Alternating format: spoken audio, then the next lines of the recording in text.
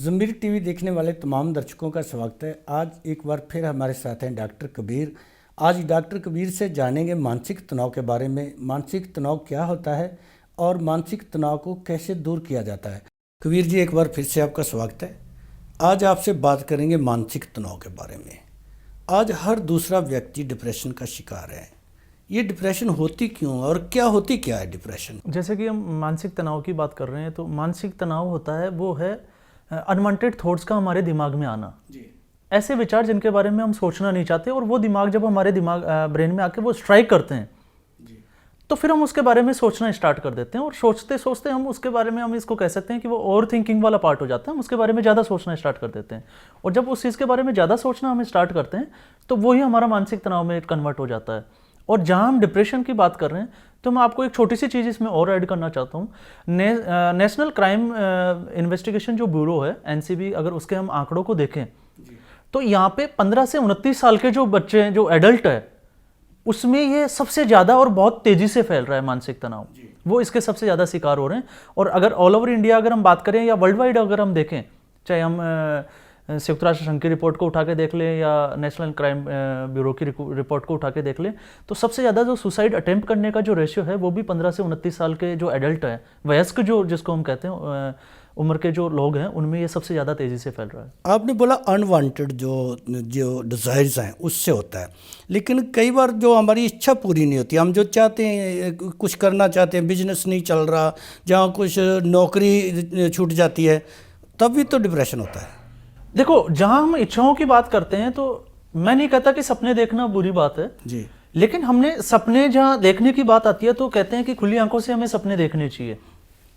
और जहां खुली आंखों से सपने का मतलब होता है कि हम उसको कितना पूरा कर पाते हैं, हमारे एफर्ट्स, हम उसके लिए वर्क कितना कर पा रहे हैं जी।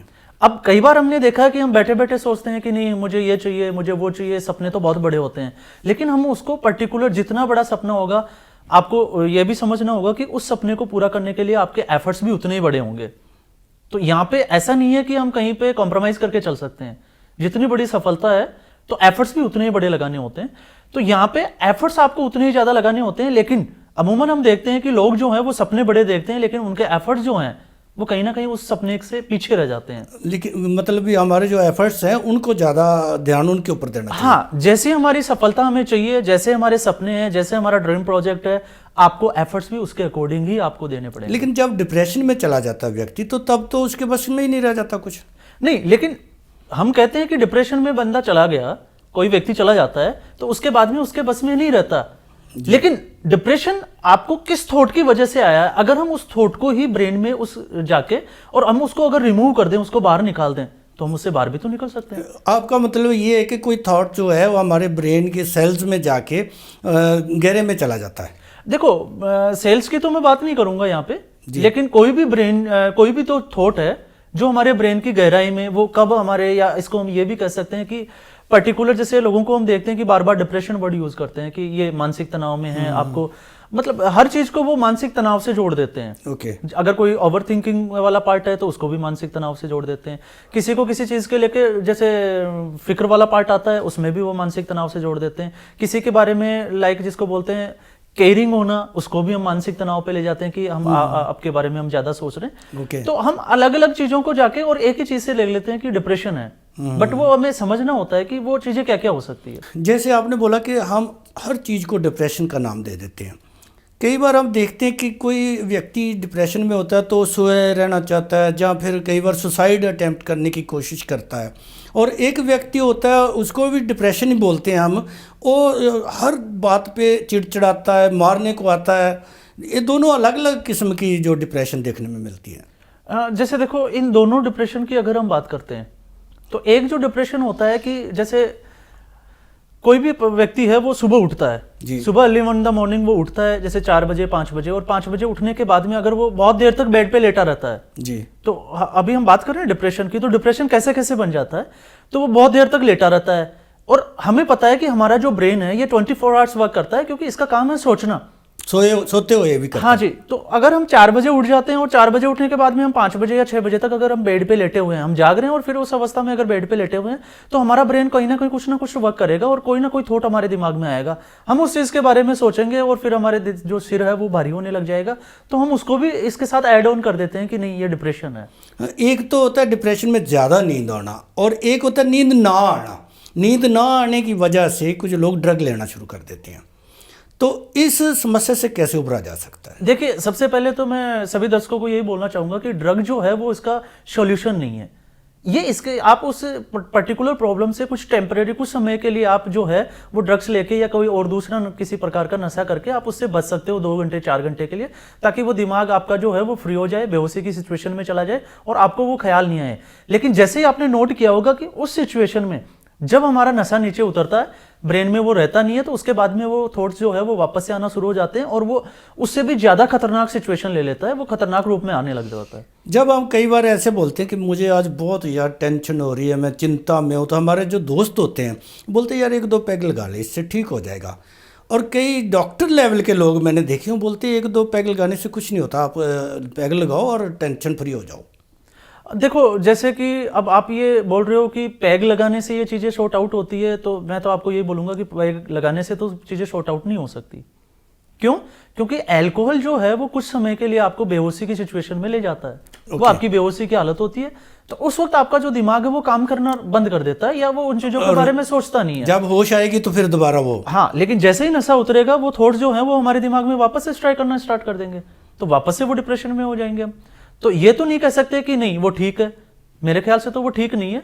हाँ, अगर हमें उससे बचना है तो हमें प्रॉपर काउंसलिंग की जरूरत होती है। हम एक बहुत अच्छे काउंसलर को हम देखें, उसके साथ जाके बैठें, अपनी चीज़ों को उसके साथ शेयर करें और उससे काउंसलिंग के थ्रू हम पर्टिकुलर कि हमारा जो थॉट जो डिप्रेशन है वो किस थॉट की वजह से आ रहा है, हम उस थॉट के ऊपर जाएं, वहां वर्क करें और उस थॉट को जो है वो परमानेंटली हमारे ब्रेन से बाहर कर दें। ये आइडेंटिफाई कैसे किया जाएगा कि इस बंदे को डिप्रेशन है? देखो, डिप्रेशन के लिए आइडेंटिफाई करना मुझे नहीं लगता कोई बहुत बड़ी बात होगी, क्योंकि अगर बहुत अच्छा कोई काउंसलर है तो वो उसके साथ बैठेगा तो वो थोड़ी देर में उसको पता चल जाता है कि इसका सोचने का तरीका क्या है। काउंसलर की बात नहीं मैं कर रहा, हम घर में किसी हमारे पर्सन को हो, हमारे सदस्य जो परिवार का सदस्य है उसको अगर डिप्रेशन है तो हमें कैसे पता चलेगा कि इसको डिप्रेशन है? देखो, अगर परिवार के सदस्यों की अगर हम बात करें, जैसे काउंसलर से हटके हम अगर इसको देखते हैं जी, तो कुछ लोग जो होते हैं वो उनका किसी काम को करने की इच्छा नहीं रह जाती, इसको भी हम कह सकते हैं कि उसमें डिप्रेशन हो सकता है। मैं यहाँ क्लियर नहीं कर रहा कि उसमें डिप्रेशन है, हो सकता है उसमें कोई दूसरी चीज हो, लेकिन अभी हम डिप्रेशन की बात कर रहे हैं तो डिप्रेशन में हम समझ सकते हैं कि वो डिप्रेशन हो सकता है उसको। दूसरा होता है कि जैसे वो बार बार कोई उनसे बात करने की कोशिश करते हैं तो वो उनको अकेला रहना ज्यादा पसंद करते हैं, वो किसी से बात करने की वो इच्छा नहीं प्रकट करते, तो यहाँ से भी हम कह सकते हैं कि उसको डिप्रेशन हो सकता है। और जो चिड़चिड़ापन होता है वो, जैसे चिड़चिड़ेपन की अगर हम बात करें तो वो भी डिप्रेशन से हो सकता है। बट जैसे ऑलमोस्ट मैं देखता हूँ काफ़ी केसेस मेरे पास भी आते हैं, तो जैसे लड़कियों में और लेडीज़ में मैंने देखा है कि ज़्यादातर जो है वो उनकी जो पीरियड्स को लेके जो टाइम जो है वो ऊपर नीचे हो जाता है पीरियड्स का, तो वो जो है उनका बॉडी का जो पार्ट है वो अनबैलेंस हो जाता है। हार्मोन्स वगैरह पे भी हम जाके बात करें तो उससे भी उनको, या पेडू में दर्द होता है तो उससे भी उनमें चिड़चिड़ापन आ जाता है, और हम लोग जो हैं उसको भी हम डिप्रेशन से काउंट करने लग जाते हैं कि इसको डिप्रेशन है।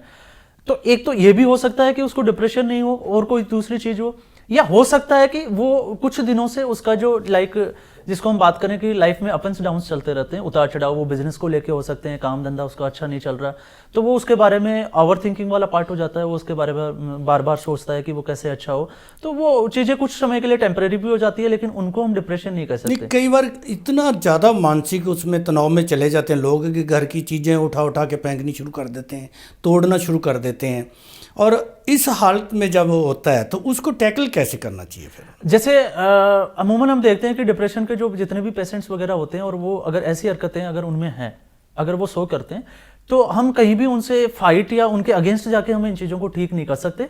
हमें ज़रूरत है उनके साथ प्यार से, या उनके साथ जो हमारा बिहेवियर है वो बिल्कुल केयरिंग होना चाहिए कि हम उनकी परवाह करते हैं।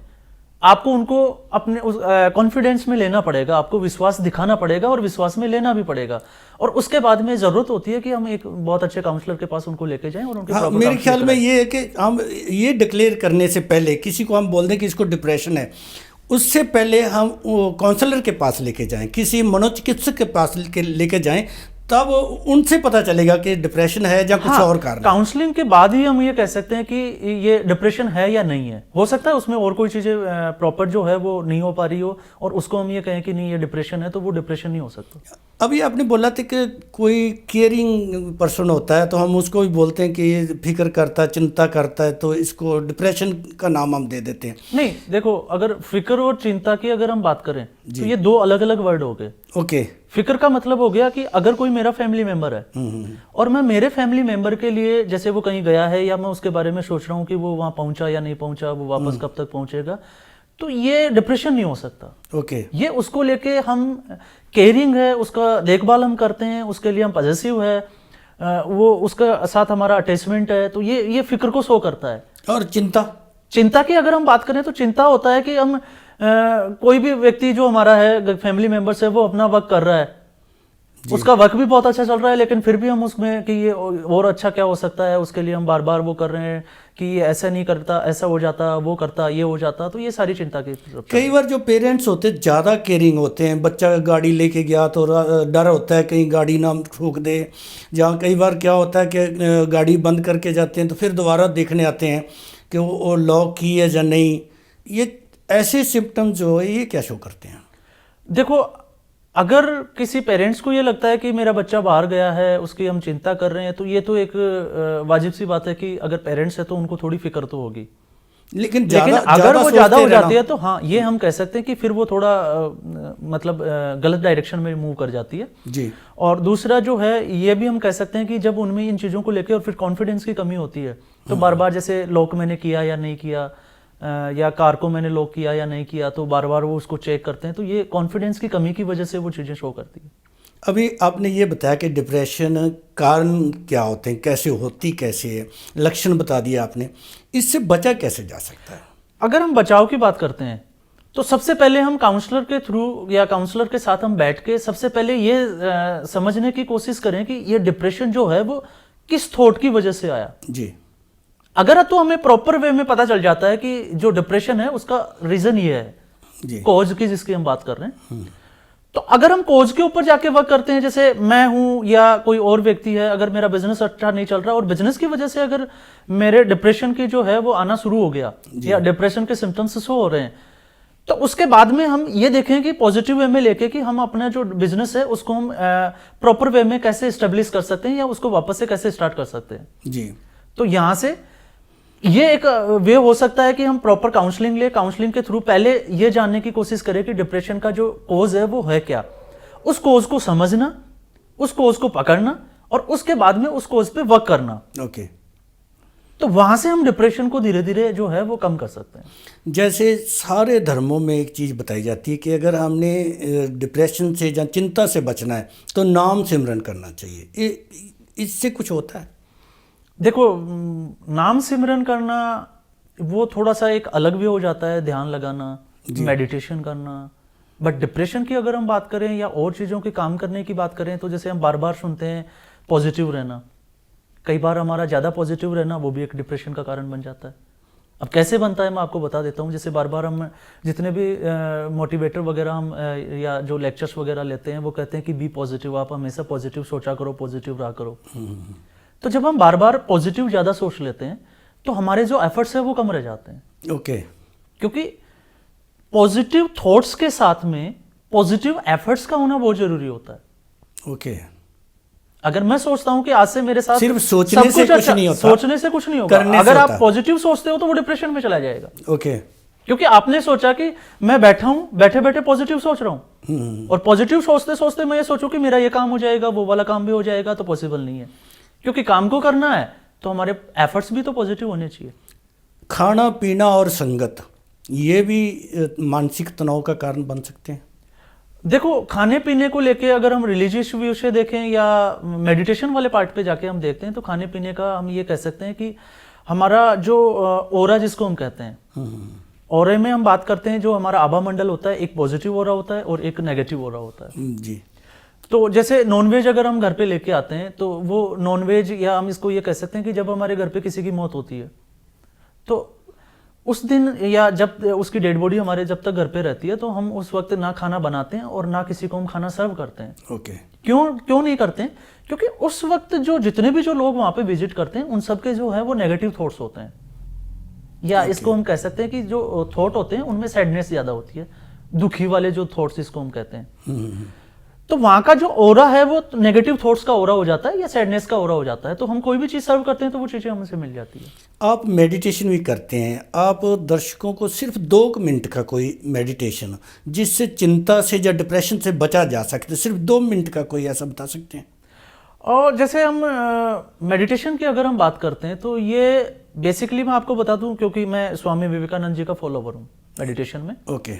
तो मेडिटेशन में जैसे अभी हम बात कर रहे थे कि खान पान का क्या असर होता है, तो अगर हम भोजन की बात करें तो हमारा भोजन भी 2-3 कैटेगरी का हम अलग अलग जिसमें हम डिवाइड करके देख सकते हैं। जैसे एक सात्विक भोजन और दूसरा तामसिक भोजन। ओके। तामसिक भोजन का मतलब अगर हमारी बॉडी को एक्स्ट्रा एनर्जी या कोई तामसिक भोजन जो माइंड को एग्रेसिव करता है जी, अगर हम उसको वो वाला फीड देते हैं और फिर हम सोचें कि हम हमारे थॉट्स को कंट्रोल कर सकते हैं, तो वो थोड़ा सा मुश्किल वाला पार्ट हो जाता है। ओके। तो सबसे पहले हमें जरूरत होती है कि हमारे खाने पीने की जो आदतें हैं उनको हम कैसे सही कर सकते हैं। ओवर ईटिंग भी इसका एक रीजन हो सकता है, क्योंकि ओवर ईटिंग करने से एक्स्ट्रा एनर्जी मिलती है और एनर्जी को हम कहीं स्टोर नहीं कर सकते। ठीक है। क्योंकि हम जितना खाएंगे उसको पचाने के लिए उतना एफर्ट्स करना पड़ेगा, और अगर हम उसको उतना एफर्ट्स नहीं दे रहे हैं तो वो आपकी बॉडी में एक्स्ट्रा एनर्जी हो जाएगी, और एक्स्ट्रा एनर्जी जो है वो कुछ ना कुछ आपसे करवाएगी। नहीं, फिजिकली मेडिटेशन कोई 1-2 मिनट का, अगर मेडिटेशन की हम बात करें तो देखो डायरेक्ट हम मेडिटेशन वाले पार्ट पे नहीं जा सकते जी, लेकिन मेडिटेशन से पहले की अगर हम बात करें, जैसे खाने पीने की मेडिटेशन सीखने के बाद ही किया जा सकता है? नहीं, मेडिटेशन सीखने के बाद नहीं। मेडिटेशन के लिए सबसे पहले होता है कि हम आसन को कैसे मजबूत करें, ओके। खाने पीने की आदतें जो हैं उनको कैसे ठीक करें। अगर खाने पीने की आदतें हमारी अच्छी हो जाती है, बेसिक ये है। हाँ जी, क्योंकि अगर हम सात्विक भोजन लेते हैं, जैसे अभी हम भोजन की बात कर लेते हैं, तो सात्विक भोजन से हमारे जो विचार है वो भी सात्विक होते चले जाते हैं। ओके।